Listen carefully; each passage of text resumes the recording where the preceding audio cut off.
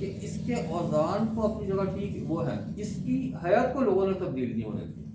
یعنی غزل وہ جو پیر کے زمانے میں یا ولی دکنی کے زمانے سے چلی ہے اور آج آپ تک پہنچی ہے، مجھ تک پہنچی ہے، تو اس میں تبدیلی نہیں آ سکتی. یعنی اس کی کرافٹنگ میں تبدیلی نہیں آئی ہے، اس کی شکل میں تبدیلی نہیں آئی ہے. اس کے موضوعات تبدیل ضرور ہوئے ہیں، اس کے لفظیات تبدیل ہوئی ہیں، صرف اپنی جگہ پہ جو ہے وہ قائم ہے. یعنی آپ یہ نہیں کر سکتے، آپ یہ نہیں اجازت نہیں کہہ دیتی سکتے ہے. ایک چیز کو مثلاً آپ نے ایک بہر میں غزل کہی ہے اور بہر مصرع بہروں میں نہیں ہے تو کوئی اسے قبول نہیں کرے گا. لیکن دوسری یعنی نظم میں یہ ہو جاتا ہے کہ مختلف بہور میں بھی بات چل جاتی ہے، ربائی میں تو اکثر اوقات آگے پیچھے ہو جاتی ہے بات. اچھا، پھر یہ کہ آپ نے غزل میں مثلا قافیہ بندی کی، قافیہ پیمائی نہیں، قافیہ بندی. اب جب آپ نے قافیہ بندی کی تو اس کے بعد آپ مجبور ہیں اس بات پہ کہ پھر آپ کی وہ غزل چاہے دو شعر کی ہو یا 3 شعر کی ہو یا 20 شعر کی ہو یا 50 شعروں کی ہو، پھر وہ اسی قافیے میں چلے گی، اسی ردیف میں آئے گی، اسے آپ آگے پیچھے نہیں کر سکتے. یہ ہے کمال غزل کا. آپ نے نوحہ یا سلام بھی لکھا؟ نوحہ نہیں، سلام بہت لکھا. یہ میری کتاب صاحب نے پڑھی ہے مودت کے نام سے، اور کتاب بھی یعنی 2011 میں آئی تھی، اور شکر ہے اللہ کا اس حساب سے بھی کہ یہ کتاب 2011 کی ایک بہترین شعری کتاب قرار پائی، شاعری اس اعتبار سے یعنی مذہبی شاعری کے اعتبار سے. اور اس کے جو ججمنٹ ہوئی ہے وہ ایک تنظیم ہے کراچی کی کہ افکار و آثار اکیڈمی. افکار و آثار اکیڈمی جو ہے یہ ہر سال بھر یہ کتابیں جمع کرتی ہے مختلف موضوعات، اور پھر سال کے سال وہ ہر شعبہ یعنی شعبہ تحریر میں وہ فیصلہ کرتی ہے کہ کون سی کتابیں ایوارڈ کے قابل ہیں. تو جو مذہبی شاعری کی کتاب ہے اس میں یہ میری کتاب. اچھا، اس میں کیا ہے؟ سلام ہے یا نعت ہے؟ اس میں نعت ہے، پھر سلام ہے اور منقبت ہے. اچھا درست. حمد ہے، نعت ہے، سلام ہے، منقبت ہے. تو یہ کس سال میں آئی؟ یہ 2011 میں. یہ میری دوسری کتاب تھی. اس سے پہلے 2004 میں میری کتاب آئی تھی سمندر میں اترتا ہوں. ٹھیک ہے، ایک منٹ مجھے ذرا یہ دکھا.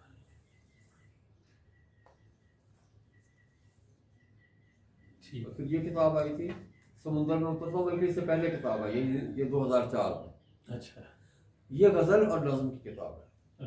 اچھا، اس کتاب کو بعد میں 2006 میں یہ نمل یونیورسٹی نے اس پر MA کی سطح کا تھیسس لکھا. یہ بھی میرے لیے ایک بڑا اعزاز ہے کہ پہلی کتاب جو ہے اس میں تھیسس لکھا گیا.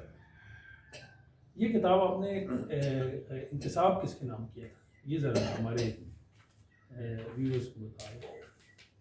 ابو جان کی بے انتہا محبتوں اور شفقتوں کے نام. یہ کس سن میں آئی تھی؟ 2004 میں. کہاں سے صاحب یہ چھپی ہے، ہم نے خود چھاپی تھی خلیج پبلیکیشنز کے نام سے. میں نے خود ہی پرنٹ کیا تھا. میں آپ کو ایک بات بتاؤں امتیاز صاحب، بات یہ کہ میں زندگی میں اگر ان شخصیات سے جو یہاں پہ موجود ہوئی ہیں، جنہیں میں نے دیکھا ہے، جن کے بارے میں نے سنا ہے، ان میں سے اگر میں کسی شخصیت سے بہت زیادہ متاثر ہوں تو خود میرے والد صاحب. یعنی میں نے زندگی میں اگر کوئی اچھا کام کبھی کیا ہوگا تو صرف اس لیے کیا کہ میں نے ان کے سایہ شفقت میں نے زندگی گزاری. بہت شاندار انسان، بڑے تربیت، ان کے زیر تربیت جو ہے ان کی تربیت مجھ پہ رہی، تربیت اور ان کا اثر بہت. تو اس لیے میں نے جب یہ کتاب آپ کے آئیڈیل ہوئے نا، میرے آئیڈیل ہے، تو میں نے جب کتاب لکھی تو میں سوچ رہا تھا کس کے نام کا، تو میں نے کہا نہیں بھائی یہ انہی کے نام ہے. جبکہ یہ کتاب جو ہے مودت کے نام سے، چونکہ یہ مذہبی کتاب تھی تو اس کا حوالہ پھر میں نے اسے اس انداز میں دیا کہ اس کے دو میں نے لکھے تھے انتصاب. ایک انتصاب میں نے کیا تھا جناب زینب سلام اللہ علیہ کے نام، اور ایک جناب امام زین العابدین علیہ السلام کے نام، یہ کربلا کے حوالے سے. اور دوسرا انتصاب اس میں بھی میں نے اپنے والد علی قریشی صاحب کے نام، اپنی والدہ کے نام، اپنی بیوی بیگم کے نام، اپنے بچوں کے نام کیا. قریشی لوگ تو ایسے بھی اچھے ہوتے. یہ آپ اپنے حوالے سے بھی سوچ رہے ہوں گے. قریشی تو سب ہی کو گائے نہیں، لیکن کیا اپنے سلسلے میں بھی آپ یہ دعویٰ کر سکتے ہیں؟ کیونکہ مجھے تو نہیں ہے اتنا. نہیں، میں دعویٰ اپنے بھی نہیں کر سکتا. اچھا، میں قریشی کی بات کر رہا ہوں. تو اگر قریشی اچھے نہ ہوں مثلاً، یہ بڑی زیادتی کی بات نہیں ہے کہ تعلق آپ کا کس سے ہے. تعلق آپ کا اس سے ہے کہ جو سب سے اچھا انسان ہے. کس خاندان سے ہے؟ اس خاندان سے جو دنیا کا سب سے اچھا خاندان ہے، اور آپ اچھے نہ ہوں، یہ پھر کیا بات ہے؟ ہاں ایسے یہ تو پھر زیادتی، یہ تو ناخلفی کی انتہا ہے، انتہا ہے، بالکل ایسے ذمہ داریاں بھی آ جاتی ہیں. خود بخود. یہ تو لازمی بات ہے. جب ذرا بھی آپ مدبر ہوتے ہیں، ذرا بھی سوچ آپ کے دماغ میں ہوتی ہے اور آپ کے پاس کوئی شعور ہوتا ہے، تو وہ آپ کو بتاتا ہے کہ آپ کو کیا کرنا ہے. دیکھیں نا امتیاز بھائی، میں بتاؤں آپ کو، اب آپ کو پتا ہے کہ دوستی میں بھی ایک گفتگو ہوتی ہے، دوستوں کے یہاں بھی ایک گفتگو ہوتی ہے، اور ایک گفتگو بھائیوں کے ساتھ بھی ہوتی ہے، بالکل ایسے. ایک گفتگو بچوں کے ساتھ بھی ہوتی ہے. ان ساری گفتگوؤں میں کچھ فرق ہوتا ہے. آپ کو پتا ہے کہ آپ نے بچے کے ساتھ کیا بات کرنی ہے، آپ کو پتا ہے کہ آپ نے اپنی بہنوں کے اور اپنی والدہ کے سامنے کس انداز کی گفتگو کرنی ہے، آپ کو پتا ہے کہ دوستوں کے ساتھ کیسے بات کرنی ہے. تو یہ شعور جو ہے یہ تو ساتھ ساتھ رہنا چاہیے. اور یہی شعور کو میں وہی قریشی والی بات پہ آ رہا ہوں کہ یہی شعور وہاں بھی ہمیں کام آتا ہے کہ جب ہم نے کچھ کرنا ہوتا ہے نا، ہم یہ سوچتے ہیں کہ نہیں یار، یہ میں نے اگر کیا تو کل کل کو یہ نہ کہہ دے حسب نسب کی بات ہے، یہ بات کر دی بس. یہ حسب اور نسب صحیح بات ہے، بڑا لحاظ رکھنا پڑتا ہے. اور اللہ تعالیٰ ہمیں بس ایسے ہی توفیق دے کے ایسے ہی نام کو اور اس پہ جو ہے ذمہ داری ہے کہ وہ عزت اور بھرم رہے بس. اچھا سر، مجھے یہ بتائیں کہ اب یہ تو آپ کا 2004 میں مجموعہ آگے کیا ہو؟ آگے کیا ہو گیا؟ ایک میرا مجموعہ بالکل تیار ہے نعت کا علیحدہ سے، یعنی یہ تو منقبت اور سلام کا ہے، وہ نعت کا ایک علیحدہ سے مجموعہ ہے.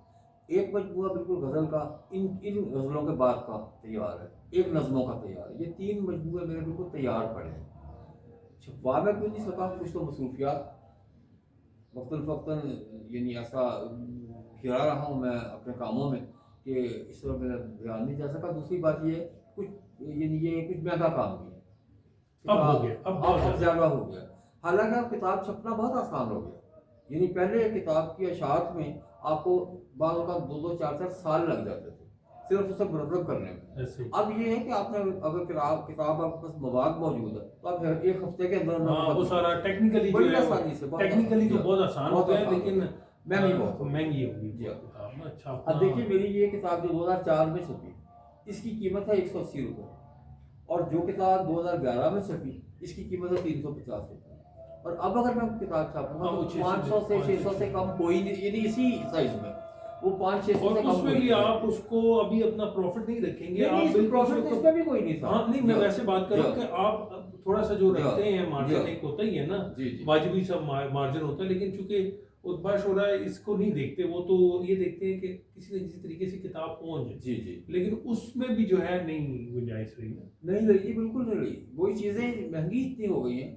اب دیکھیے کتاب بس 600 روپے کی کتاب کو خریدنا بھی تو مشکل ہے نا لوگوں کے لیے. ہمیں یہ بھی تو سوچنا ہوتا ہے کہ 600 روپے کی کتاب ہے یار، کیوں لے گا کوئی آدمی اس کو برگر کیوں نہ کھا رہا ہے ایسے ہی. حالانکہ اس کا دوسرا پہلو ہے تو اس کا کوئی فائدہ نہیں، اس کا بہت فائدہ ہے، پھر بھی وہ سوچتا ہے 600 روپے کہاں سے لے کے آنا ہے.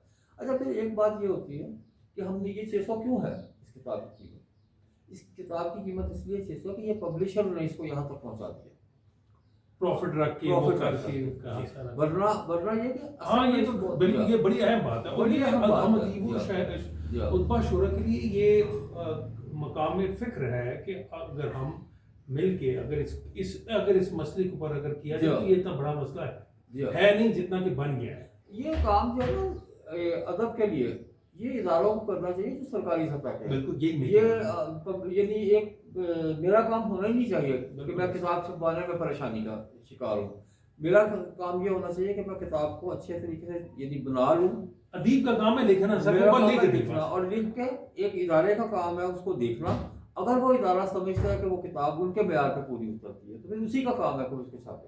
یہ میرا کام ہونا ہی نہیں چاہیے. ہاں معیار میں اس کو معیار پہ رکھنا میرا کام ہے، لیکن معیار پہ جج کرنا ان کا کام. اگر وہ مطمئن ہے تو پھر انہیں کا کام کرتا ہے. اور یہ بڑی زیادتی ہے یہاں پہ کہ اس طرح توجہ نہیں دی جاتی. مطلب یہ کوئی بات ہے کہ آپ یہ سر کسی نے آواز بھی نہیں اٹھائی نا. مطلب ڈرائنگ روم سٹنگ اور ڈرائنگ روم شکوے تو ہوتے ہیں، جیسے آپ اور میں بیٹھ گئے کہ آج یہ ہو رہا ہے، میری کتاب آ رہی ہے یہ. اچھا پھر اس میں یہ ہے کہ دیکھیں آپ کے پاس تو وسائل تھے، آپ کی 2 کتابیں آپ کے ہاتھ میں، اور میسج بھی پہنچ گیا لوگوں کے، لائبریریز میں بھی ہیں، ڈرائنگ روم میں بھی ہیں، اسٹڈی روم میں. لیکن اس میں زیادہ طبقہ وہ مارا جاتا ہے نا جس کے پاس وسائل نہیں. تو ہم نے ان کا خیال نہیں کیا، یا ہم ان لوگوں کا خیال ہی نہیں کر پائے کہ اگر 10 لوگ ہیں اس میں سے 5 لوگ نے وسائل تھے تو وہ انہوں نے تو لے آئے، لیکن جو 5 لوگ رہ گئے ہیں ان کی سب بھی تو جاتی ہیں. بالکل